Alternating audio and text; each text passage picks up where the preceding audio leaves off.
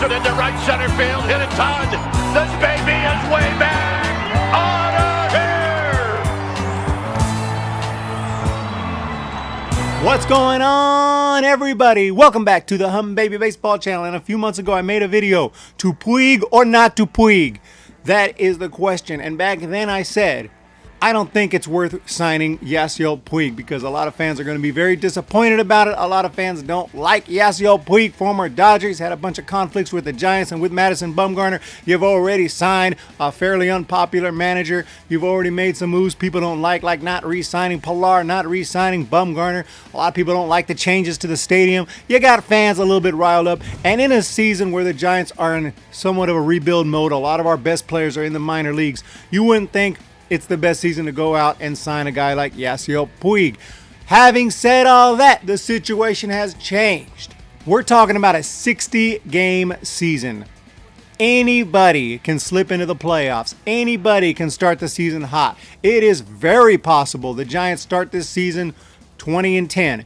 And it was possible they were going to start the season 20-10 for 162, but it was very unlikely they were going to be able to maintain that level of excellence in a 162-game season. Why? Because, again, most of their best players are in the minor leagues, and most of their best players on the roster are a little bit older, let's just say, and guys like Crawford and Posey and Belt and Cueto and Shark, they're going to have a tough time making it through the season without falling either on the IL or just losing performance based on the long season at their age with all their injuries over the years.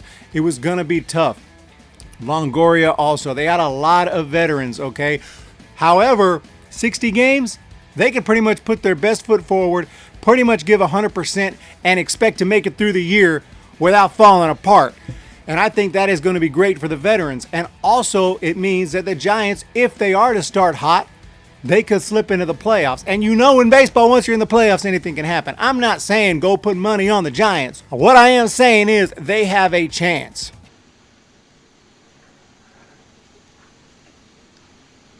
So you're telling me there's a chance? Yeah! And when you have a chance, upgrading your roster, even for 1 year, suddenly makes a lot more sense. And when you look at the options for outfielders, there's not any. Yasiel Puig is it. And a lot of teams are probably going to be trying to get his services. I've heard the Marlins. I've heard the Pirates. Those teams could use Puig because they have a chance in a 60-game season. It's not just the Giants. Every team has a chance. There's a few teams that are really not good that are going to have a chance. They really are. This is how baseball is. It doesn't mean they have a good chance, but they have a chance. Looking at the Giants outfielders, we have Jalen Davis. He is a youngster. He only played a few games last year. He didn't do great. I love Jalen Davis. He's a great guy, that's for sure. But I don't know if he's ready to be a full-time outfielder in the big leagues. Alex Dickerson, very injury-prone. He played excellent in a short sample size last year, but he has a bad back. He gets hurt all the time. Steven Duggar, I loved Steven Duggar, and I want them to give him another shot and at least have him there as an option, but Steven Duggar really struggled last year. He just has not come around like we hoped. Joe McCarthy has never played in the big leagues yet. That's not to say that he won't be good and he won't be helpful. He might be, but don't you think that you want some options for guys with big league experience who are already proven? Same for Jose Siri. He has not played in the big leagues yet. Hunter Pence, awesome, of course, and he's going to be an option out there.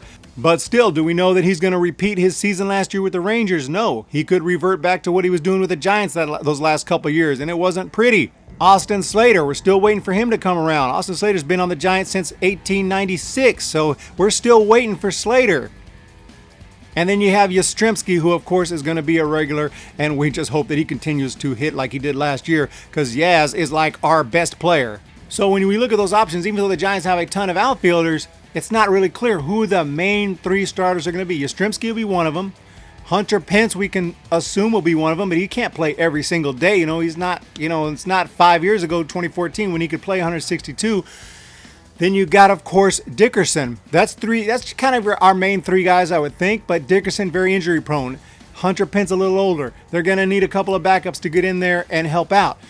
Jalen Davis, again, good, nice power in AAA, hasn't really proven himself at the big league level, and a bunch of guys who haven't really been consistent. Doesn't it seem like the Giants could use a big bat in there? Let's just pretend it's not Puig for a second. Let's just pretend his name is John Jackson, okay? And John Jackson last year, in 555 at-bats, hit 24 bombs, okay? He's got an OPS up around 800, okay? And he's got a career where he has hit a bunch of homers, bunch of RBIs. We would freaking snag that guy immediately and nobody would think twice. We'd be happy about it. So just statistically, Yasiel Puig fits. So it's just a question of, do you want Yasiel Puig in a San Francisco Giants uniform? Some will say yes, some will say no. I'm ready to give it a shot. I'm just going to be honest with you. I'm ready to give it a shot if they want to. If they don't, I'm not going to be mad about it. But I would not be mad if they go ahead and sign Puig, give him a shot. I've seen people on Twitter say if they sign Puig, I'm out. I'm not a Giants fan no more, which is just mind-blowing. I can't believe that. I don't know how you've even been a Giants fan this long, because your favorite team is always going to sign players you don't like and make moves you don't like. If I was switching teams every time the Giants made a move I don't like, I would have been off the train back when they traded Matt Williams. And that actually ended up being a great trade because we got Jeff Kent. At first, I was like, Jeff freaking Kent for Matt Williams? Jeff Kent won a freaking MVP, okay, and took the Giants, helped take the Giants to the World Series in 2002. Obviously, Barry Bonds helped a little bit too that year, but still, Jeff Kent was awesome, and it was a great trade. Who knew at the time? So, you know, I can't get mad at every signing. You've got to give things a chance, and this particular signing makes sense. From what I can see, it makes sense. If the Giants have three great-looking outfielders who I was happy with, I wouldn't be saying this. They just don't. They have three guys who I'd be happy with if they stayed perfectly healthy and played at their absolute peak, which I highly doubt will happen. Do you really expect Hunter Pence going to play at his peak? And that, you know, someone like Dickerson, even in a 60-game season, I don't see Dickerson making it through. He is constantly hurt. He has back problems. And even if he does make it through, can we be sure he's going to hit like he did last year? No. Can we be sure that Puig is going to hit great? No, of course not. But he has got a long career of consistency and power, and there is no reason to think he's going to come out and just be terrible. The guy can hit, and he's got a rifle for an arm. How nice would that be out in right field to have Puig's arm, okay, over at AT&T Park, Oracle Park? I mean, that would be sick. So, yeah, as far as a ball player, I'm all for it. Look, Bumgarner's not there anymore. It's time to move forward and get somebody who can play. And let's try to make the playoffs in 2020. And let's win the freaking World Series and start a new even year deal. Because by 2022, all these prospects are going to be up and ready to rock and roll. So let's go 20, 22, 24, 26, and 28 for the decade. San Francisco Giants. I ain't playing. I think they should go ahead and think about signing him. Let me know what you think down below, and please don't get too mad because I tend to say things and people disagree, and then they're like, unsubscribed. Like, that doesn't happen in real life. You say something someone else disagrees with in normal life, and they're like, ooh, I don't know about that, blah, blah, blah, and then you talk about it. But in internet life, you say something someone disagrees with, F you, unsubscribed. So I appreciate it. If you're not that way, just let me know down below what you think. Hey, maybe you'll change my mind, okay? We can actually have a conversation instead of just cussing me out and leaving. You guys have a great day. Check out the website, hummbabybaseball.com. I got some message boards there now. They're not popular yet. I'm still growing them. Obviously, it's going to take some time to get people to know about them and get it hopping over there.